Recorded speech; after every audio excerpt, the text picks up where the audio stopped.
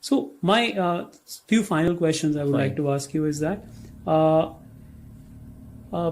great courses are always driven by great mentors. So I would like to talk about the faculties now. Right. So how are we balancing the academia and the industry in this particular course program? So as I have already told you that IIT Delhi, we take a lot of inputs from them.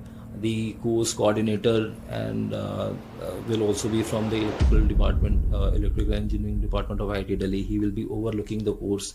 So academia part actually gets taken care by IIT Delhi's electrical department and that.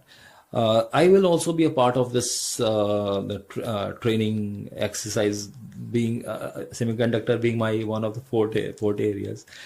And apart from that, many people who have been working in industry, doctorals and postdoctoral people who have spent considerable time in academia, now working in industry, so they have the best of both the worlds.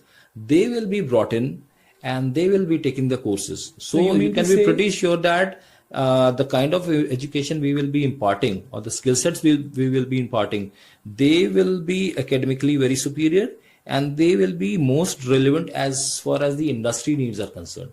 Okay, so you mean to say that this course will have an extensive participation from industry? People from industry, yes. Absolutely correct. That's also a very strong differentiator element. Now, I would also like to ask you about the hands-on training, which we talked initially in our talk.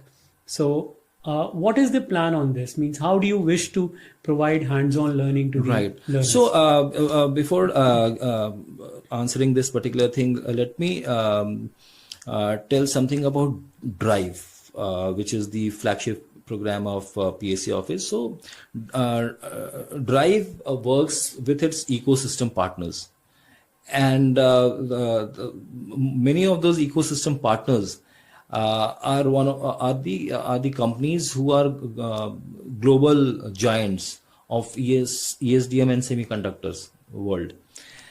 We plan to rope in some of those companies. Mainly they are Japanese, but they are operating in India for a very long time, and through them we will be imparting them the kind of the hands-on experience on their instrument sets, their state-of-the-art devices, along with the trainers from the industry themselves.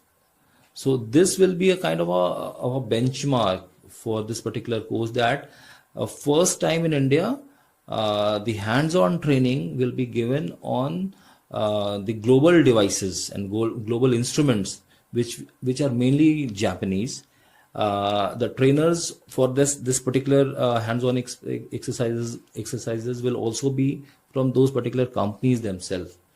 So this will be one of the most unique experiences. This generally hasn't happened ever in India's other training programs. So for guys who are still guessing which are the companies, so there are two clues. One, they're going to be Japanese. There will be global instruments and technologies which you'll be getting trained upon. So one final word I like to have from you about this program. If there are people watching this particular podcast of yours and actually considering to join the course program, what is your one message to them?